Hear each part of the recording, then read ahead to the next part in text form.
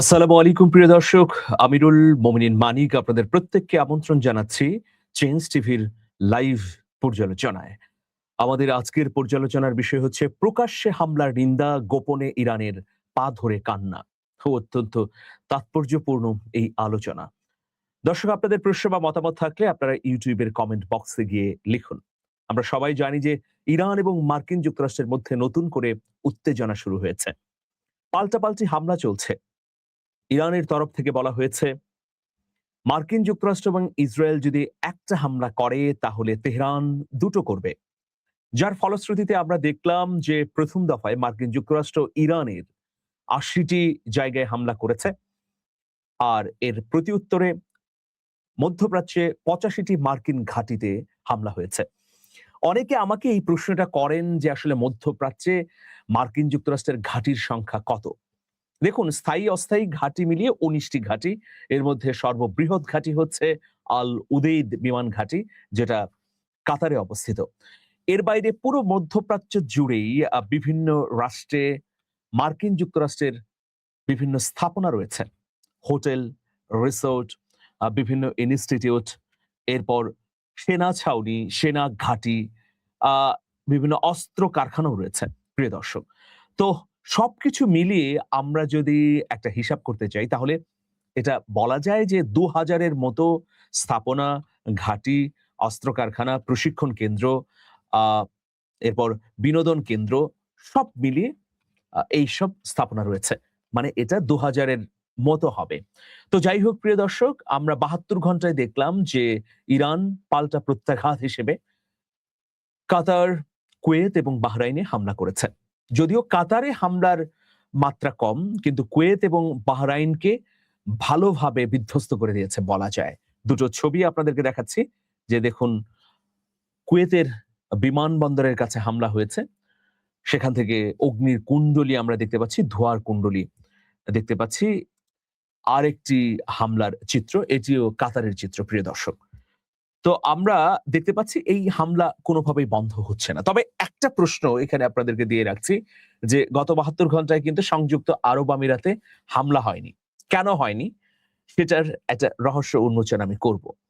বৃহস্পতিবার সন্ধ্যায় ইরানের ৫ প্রদেশে হামলার পর মধ্যপ্রাচ্যের প্রতিবেশী ৪ দেশ কুয়েত, কাতার, বাহরাইন এবং জর্ডানে মার্কিন স্থাপনায় হামলা হয়েছে। মধ্যপ্রাচ্যের রাষ্ট্রগুলোর মধ্যে যারা বিশ্বাসঘাতকতায় শীর্ষে আছে, এর মধ্যে দুটো রাষ্ট্রকে বলা যায়। একটা হচ্ছে আরব আমিরাত আর অন্যটি জর্ডান। জর্ডান কিন্তু মুখে ফিলিস্তিনপন্থী বললেও ভয়াবহভাবে ইসরায়েলের সমর্থক। তো যাই হোক, দেশটির সামরিক অভিজাত শাখা Islamic revolutionary guard corps IRGC শুক্রবার এক বিবৃতিতে এ তথ্য নিশ্চিত করেছে। বৃহস্পতিবার সন্ধ্যায় ইরানে হামলার কয়েক ঘন্টার মধ্যে এই পাল্টা হামলা পরিচালনা করা হয়েছে বলে ইরানের আইআরজিসির বিবৃতিতে বলা হয়েছে। এবারের হামলায় কুয়েতের মার্কিন সামরিক বাহিনীর প্যাট্রিয়ট ক্ষেপণাস্ত্র উৎক্ষেপণ কেন্দ্র, কাতারের ক্ষেপণাস্ত্র হামলা বিষয়ক পূর্ব সতর্কীকরণ কেন্দ্র এবং বাহরাইনে মার্কিন বাহিনীর একটি জ্বালানি ডিপোকে লক্ষ্যবস্তু করা হয়েছে। আইআরজিসি এই বিবৃতি প্রদানের কয়েক ঘন্টা পর সরকারি এক বিবৃতিতে কুয়েত জানিয়েছে, বৃহস্পতিবার মধ্যরাতে কুয়েতকে লক্ষ্য করে একটি ক্রুজ ক্ষেপণাস্ত্র, ৩টি ব্যালিস্টিক ক্ষেপণাস্ত্র এবং ১০টি বিস্ফোরকবাহী ড্রোন নিক্ষেপ করা হয়েছিল। সবগুলো লক্ষ্যবস্তুতে আঘাত হানার আগেই ধ্বংস করে ফেলা হয়েছে, এটা কুয়েত বলছে। কিন্তু যদি ধ্বংসই হয়ে যেত, যদি লক্ষ্যবস্তুতে আঘাতই না হানতো, তাহলে কেন ভস্মীভূত হচ্ছে, কেন ধোয়ার কুণ্ডলী বা কেন বিধ্বস্ত হয়ে যাওয়া স্থাপনাগুলোর ছবি আমরা দেখছি। ক্ষেপণাস্ত্রের ধ্বংসাবশেষের আঘাতে কুয়েতে একজন নিহত হয়েছেন বলেও বিবৃতিতে উল্লেখ করা হয়েছে। জর্ডানের প্রতিরক্ষা বাহিনীর বরাত দিয়ে দেশটির রাষ্ট্রায়ত্ত বার্তা সংস্থা জানিয়েছে, জর্ডানের পূর্বাঞ্চলীয় শহর আজরাকে মার্কিন সামরিক বাহিনীর ঘাঁটি লক্ষ্য করে বৃহস্পতিবার রাতে 10টি ব্যালিস্টিক ক্ষেপণাস্ত্র ছুড়েছে ইরান। এয়ার ডিফেন্স সিস্টেম ব্যবহার করে সেগুলোর মধ্যে ৮টিকে লক্ষ্যবস্তুতে আঘাত হানার আগেই ধ্বংস করে দেওয়া হয়েছে। বাকি দুটোকে আটকানো সম্ভব না হলেও আজ ইরাকের মার্কিন ঘাঁটিতে কোনো প্রাণহানি বা কোনো ক্ষয়ক্ষতি হয়নি বলে জর্ডানের রাষ্ট্রায়ত্ত বার্তা সংস্থা জানিয়েছে। আপনারা জানেন যে ইসলামাবাদ সমঝোতা চুক্তি ভঙ্গ করে গত ৫ জুলাই হরমুজ প্রণালীতে ৩ বাণিজ্যিক জাহাজে হামলা করে ইরানের প্রতিরক্ষা বাহিনীর অভিজাত শাখা আইআরজিসি। তারপর থেকে যুক্তরাষ্ট্র এবং ইরানের মধ্যে এই উত্তেজনা শুরু হয়েছে। হরমুজ প্রণালীতে হামলার পর গত ৭ এবং ৮ জুলাইয়ের 170টিরও বেশি সামরিক স্থাপনায় হামলা করেছে যুক্তরাষ্ট্রের প্রতিরক্ষা বাহিনীর কেন্দ্রীয় কমান্ড সেন্টকম। এসব স্থাপনার মধ্যে রয়েছে এয়ার ডিফেন্স সিস্টেম, উপকূল অঞ্চলে নজরদারি স্থাপনা ও সরঞ্জাম, ক্ষেপণাস্ত্র ও ড্রোন ডিপো, নৌবাহিনীর সংশ্লিষ্ট স্থাপনা, সমুদ্র বন্দর এবং উপকূলীয় এলাকায় ইরানি প্রতিরক্ষা বাহিনীর বিভিন্ন লজিস্টিক্স অবকাঠামো। মার্কিন বাহিনীর হামলার জবাব দিতে অল্প সময়ের মধ্যেই কুয়েত এবং বাহরাইনের মার্কিন স্থাপনাগুলোতে লক্ষ্য করে কয়েক দফা হামলা করেছে ইরান। প্রিয় দর্শক, সেন্টকম, মার্কিন যুক্তরাষ্ট্রের এই সেন্টকম থেকে বলা হচ্ছে যে হরমুজ প্রণালীতে বাণিজ্যিক জাহাজ লক্ষ্য করে আইআরজিসির হামলার জবাব দিতে 7 ও 8 জুলাই অভিযান চালিয়েছে সেন্টকম। অন্যদিকে ইরানের পক্ষ থেকে বলা হয়েছে হরমুজ প্রণালীতে বাণিজ্যিক জাহাজ চলাচল রুটে যুক্তরাষ্ট্রের অযাচিত হস্তক্ষেপের কারণে সেখানে হামলা করা হয়েছিল। দেখুন, এর মধ্যে একটা ঘটনা ঘটেছে, সেটা আপনাদেরকে জানানো দরকার যে ডোনাল্ড ট্রাম্প ছিলেন তুরস্কের রাজধানী আঙ্কারায়, সেখানে ন্যাটো সম্মেলনেতে অংশ নিয়েছিলেন। কিন্তু সেই সম্মেলন থেকে তড়ি ঘড়ি করে তিনি চলে গেছেন। কেন চলে গেছেন? এর পিছনে কি কারণ? এর পেছনে মূল কারণটি অনেকে মনে করছেন যে তার নিরাপত্তা ঝুঁকি। মার্কিন যুক্তরাষ্ট্রের গোয়েন্দা সংস্থা এমন স্পর্শকাতর তথ্য পেয়েছিল যে কারণে ডোনাল্ড ট্রাম্পও উদ্বিগ্ন ছিলেন তার নিরাপত্তার জন্য। প্রিয় দর্শক, ট্রাম্প যখন নিজের নতুন সরকারি উড়োজাহাজের পরিবর্তে পুরনো উড়োজাহাজে ওঠেন, সে সময় মার্কিন সংবাদ মাধ্যমগুলোতে এ নিয়ে আলোচনার সূত্রপাত হয়। সেই সময়েই ইসরায়েলের গোয়েন্দা সংস্থা একটি বিষয় খুব জোরালোভাবে জানায় যে ডোনাল্ড ট্রাম্পকে হত্যার চেষ্টা করছে ইরান। এবং ইসরায়েলের তরফ থেকে বলা হয় যে প্রেসিডেন্ট ট্রাম্পকে হত্যা করার সম্ভাব্য পরিকল্পনা সংক্রান্ত গোয়েন্দা তথ্যের ধারাবাহিক প্রবাহ ওয়াশিংটন পর্যবেক্ষণ করে আসছে, কিন্তু ইসরায়েল থেকে আসা সতর্কতাটি ছিল নতুন এবং এটি একটি সুনির্দিষ্ট ষড়যন্ত্র সম্পর্কিত সতর্কতা। তো যাই হোক প্রিয় দর্শক, ট্রাম্পও যখন তিনি একটি পুরনো বিমানে উঠে ওয়াশিংটনের উদ্দেশ্যে যাচ্ছিলেন, তখন আকাশপথেই খুব উদ্বিগ্ন হয়ে পড়ছিলেন যে আকাশেই হামলা হয় কিনা। তার সঙ্গে থাকা সাংবাদিকদের তিনি আহ্বান জানান যে দ্রুততম সময়ের মধ্যে যেন বিমানের সবকটি জানালার শাটার বন্ধ করে দেয়া হয়। এ নিয়ে তিনি বেশ কথাও বলেন যে ইরান খুব ধূর্ত প্রকৃতির, আকাশেই আমার বিমান হামলা করে উড়িয়ে দিতে পারে, কারণ আমি এই মুহূর্তে ইরানের হিট লিস্টের নাম্বার 1-এ রয়েছে। তো প্রিয় দর্শক, এই যে পাল্টা হামলা চালাচ্ছে ইরান, এবং মার্কিন যুক্তরাষ্ট্রের প্রেসিডেন্ট স্পষ্টভাবেই বললেন যে যুদ্ধবিরতি শেষ হয়ে গেছে, শান্তি চুক্তি শেষ। এরপর এখন মধ্যপ্রাচ্যে কি হতে যাচ্ছে? আমরা দেখলাম যে কাতার, কুয়েত, জর্ডান, বাহরাইন, এই 4টি রাষ্ট্রে সর্বশেষ হামলা হলো। তো হামলা হওয়ার পর কুয়েত এবং জর্ডানের পররাষ্ট্র দপ্তর থেকে বিবৃতি দেখেছি।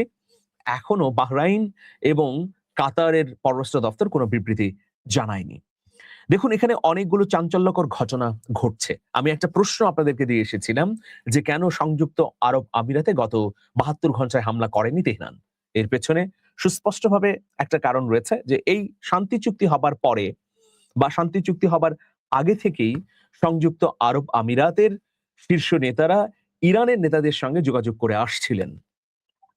আপনাদের আরেকটা তথ্য দেই যে ইরানের 30% ব্যবসা বাণিজ্য সংযুক্ত আরব আমিরাতের বিভিন্ন বন্দরের মাধ্যমে পরিচালিত হয়।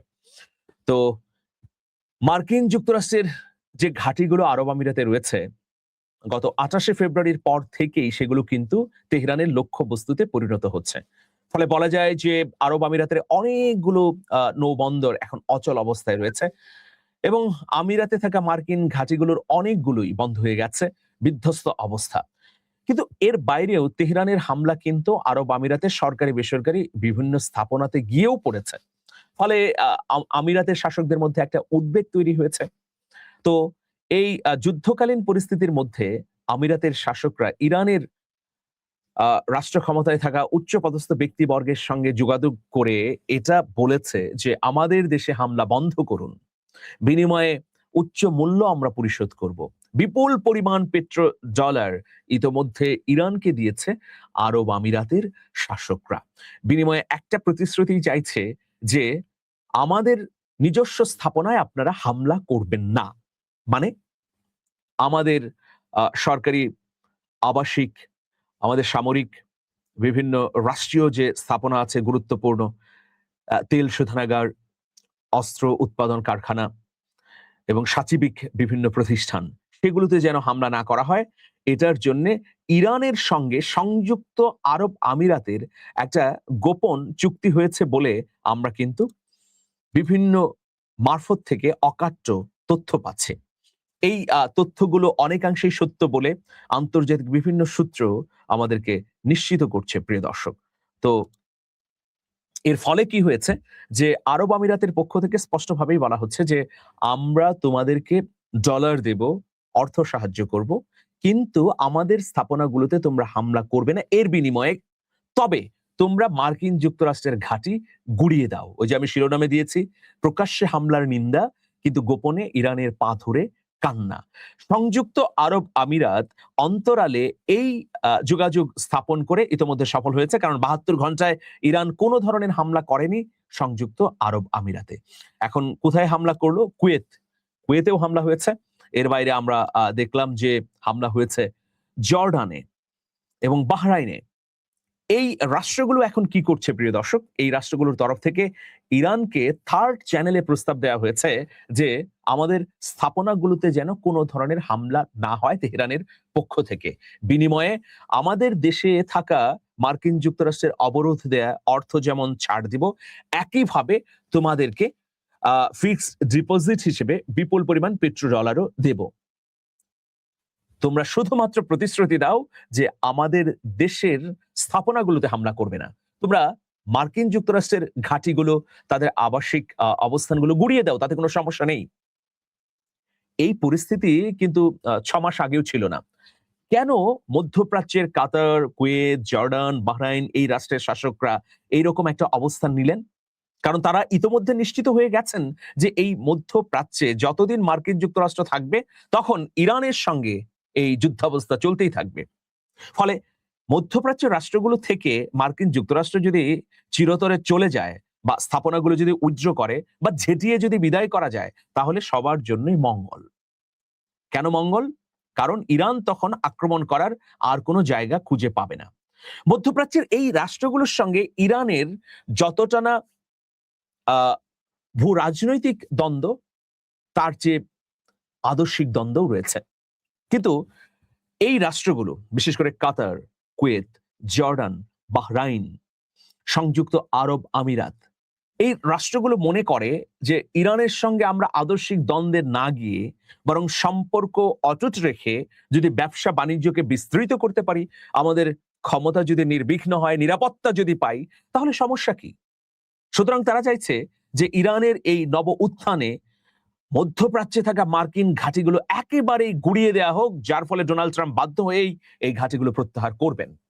তো এইরকম চিন্তায় আমরা দেখতে পাচ্ছি যে জর্ডান, কাতার, কুয়েত বা বাহরাইনের তরফ থেকে এইসব হামলার নিন্দা জানানো হলেও তারা কেবলমাত্র নিজেদের স্থাপনাগুলোর সুরক্ষা চায়, আর মার্কিন যুক্তরাষ্ট্রের স্থাপনা বা নেটওয়ার্ক গুড়িয়ে দেওয়া হোক সেটাই চায়।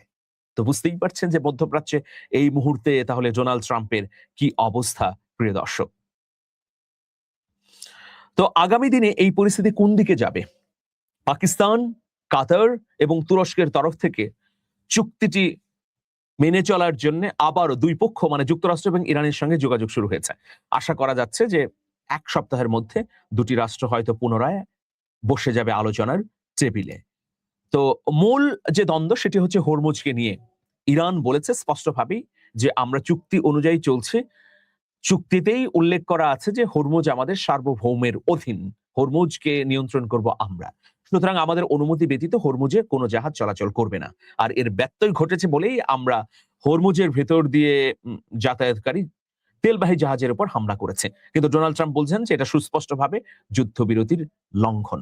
তো যাই হোক, প্রিয় দর্শক, সামনের দিনে আমরা হয়তো আরো অনেক তথ্য পাবো।